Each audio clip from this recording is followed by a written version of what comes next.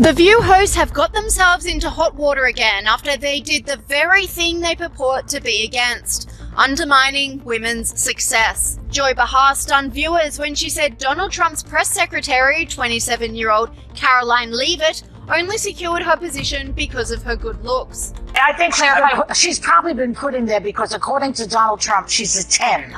You know that's what it is. I want to be clear, though, it's not her first job. It was her first press briefing. She worked in the previous Trump administration. The comment was bizarre, especially coming from Joy Behar, who is as woke as they come, and positions herself as a champion of feminism.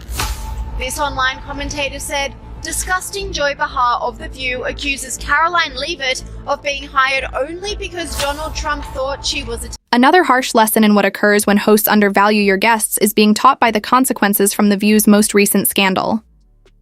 Karoline Leavitt, a youthful, unrepentantly conservative political strategist who has been making headlines in the media, was the target this time. It all started when Joy Behar, in her usual arrogance, wrote Leavitt off as untalented and said that her success was all a result of her looks. Leavitt wasn't going to back down or let this insult go unpunked. Instead, she returned with ease, dismantling Behar's condescending remarks and revealing the hypocrisy at the heart of View's so-called feminist narrative. The fact that Democrats have been labeling President Trump a to democracy for the better half of 10 years. Let's talk about how they have compared him to one of the worst mass in the history of the world, and that Kamala Harris and Joe Biden weaponized the court system and the justice system in this country against Donald Trump in an attempt to imprison him. He sat through a courthouse for 7 weeks this past year, and the Democrats were hoping he would go to jail for it. That is real political that has led to 2 heinous attempts on President Trump's life that, by the grace of God, he was able to escape, and he is here with us today. So yes, President Trump knows a little bit about political because he's experienced it himself. And talking about the tragic realities of war that Liz Cheney and her father, Dick Cheney, have got this country into is not political. It's talking about the reality of the foreign conflicts that the Washington, D.C. establishment have sold out young Americans to for. It was clear from the moment Behar opened her mouth that the Views had once again crossed the line. Leavitt did what many others have not done before her.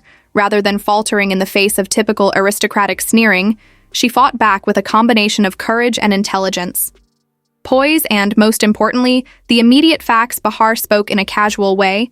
Leavitt was a serious threat to the group of self-described intellectuals at Views, because she made it clear that her success was not a result of her beauty, but rather of years of hard work, in-depth political knowledge, and effective communication skills.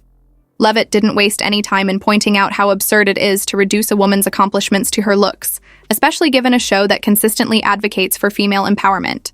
The hypocrisy was blatant. No one in the audience noticed the irony. The View wants to portray itself as a platform for women's rights.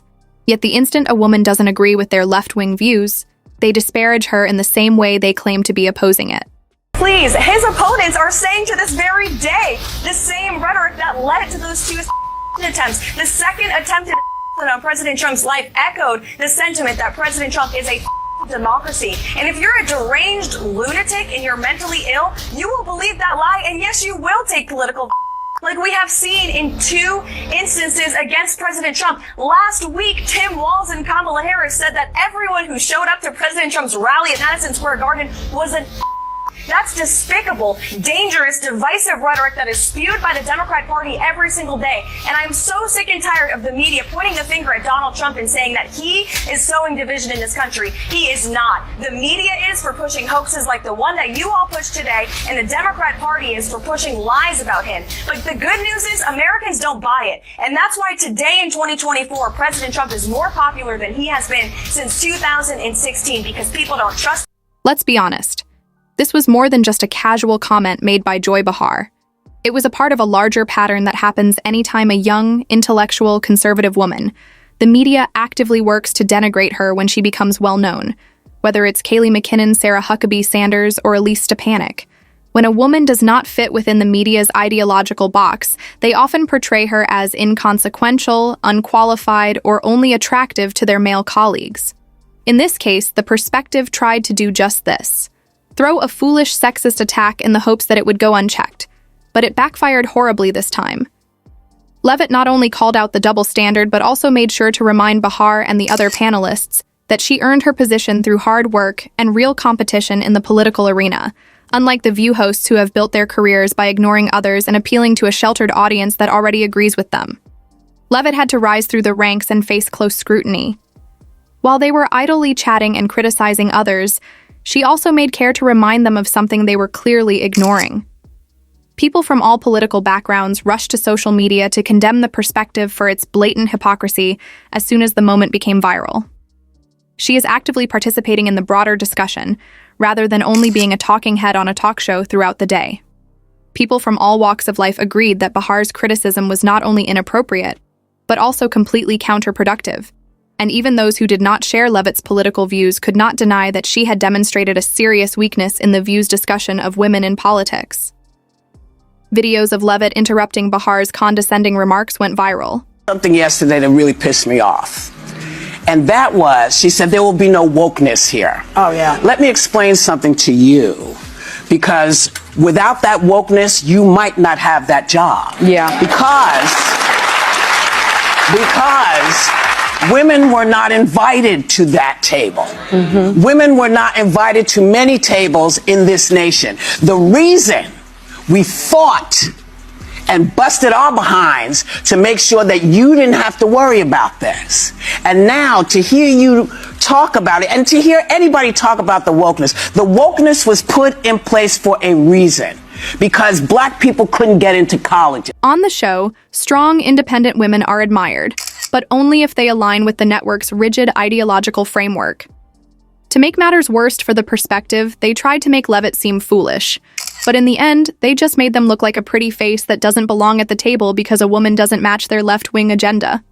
Bahar's sarcastic comment, which not only came out as mean-spirited but also indicated a deep-seated nervousness, exposed the Perspectives panel's incapacity to engage Leavitt on the merits of her political ideas. They ignored her beliefs in favor of concentrating on her looks, which only made them seem weak. Instead, then recognizing that a young conservative lady had merited her position via skill, this was a textbook example of projection. The View made an effort to create a narrative that would validate their views. Because women could not get into the colleges they wanted to go to. This is all women. Yeah. See, this is not black, Asian women. This is all women. Women were not invited to this party. It was a man's world, and we busted our asses to make sure that this was a person's world. So please stop using that phrase and talking about, because you don't understand what you're saying. Mm-hmm. You're saying about yourself that, you know, hey, that's a terrible thing to be. It's not a terrible thing to be. That's why we fought. That's what we were fighting for, so that you could stand in that podium, so that Catherine Jean-Pierre could stand at that podium. So women of all kinds of colors and ilks, wherever they came from, whatever their belief system was, they had the opportunity to. ABC's behind-the-scenes sources reportedly admitted that the fallout was more severe than they had anticipated. Already weary of the show's never-ending controversy, executives are starting to question if Bahar, who has been involved with it for decades, is causing more harm than good. Although there is a fine line between being destructive and disagreeable, the position thrives on stirring up controversy. Since this incident obviously crossed the line, the network can no longer ignore it. But what truly cemented Leavitt handled the whole scenario like this catastrophe. Instead of whining or playing the victim, she took advantage of the chance to show who she really was by voicing her mind, refusing to back down, and proving to everyone that she should be part of the conversation. In addition to being a win for Leavitt, this served as a warning to the general public and anybody who devalues conservative women in politics. The narrative they have been trying to spread for years, that these women are shallow, unqualified, or just there for show, was utterly destroyed in one moment that will never be forgotten.